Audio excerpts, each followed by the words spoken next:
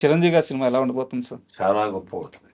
Sir ఇప్పుడు మీరు చేయబోతుంది మార్చిలో స్టార్ట్ అవుతుంది. సార్ చాలా గొప్ప సినిమా.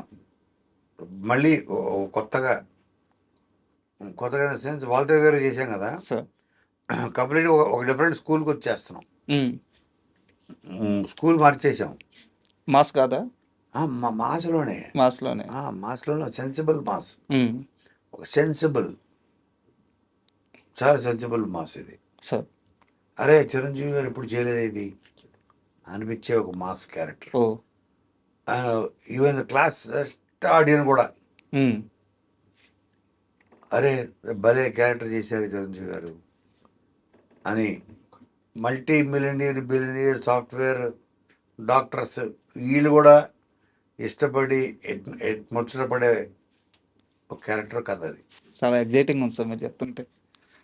బ్రహ్మానందం గారు అంటే యుద్ధానికి పోయేటప్పుడు ఒక మంచి ఆయుధం దొరికితే ఎంత ధైర్యంగా ఉంటుందో, కోనా వెంకటకి బ్రహ్మానందం అనే ఆయుధం దొరికింది ఇండస్ట్రీలో అవును. అని చెప్పి చెప్తారనమాట.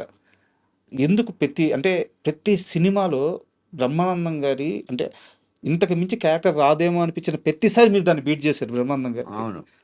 అంత బలంగా ఎలా నమ్మేవారు ఆ క్యారెక్టర్స్ మీరు? అంటే ఒకనొక చెప్పే కదా 2003 నుంచి ఆ గజాల క్యారెక్టర్ సార్ నుంచి ఆయనలో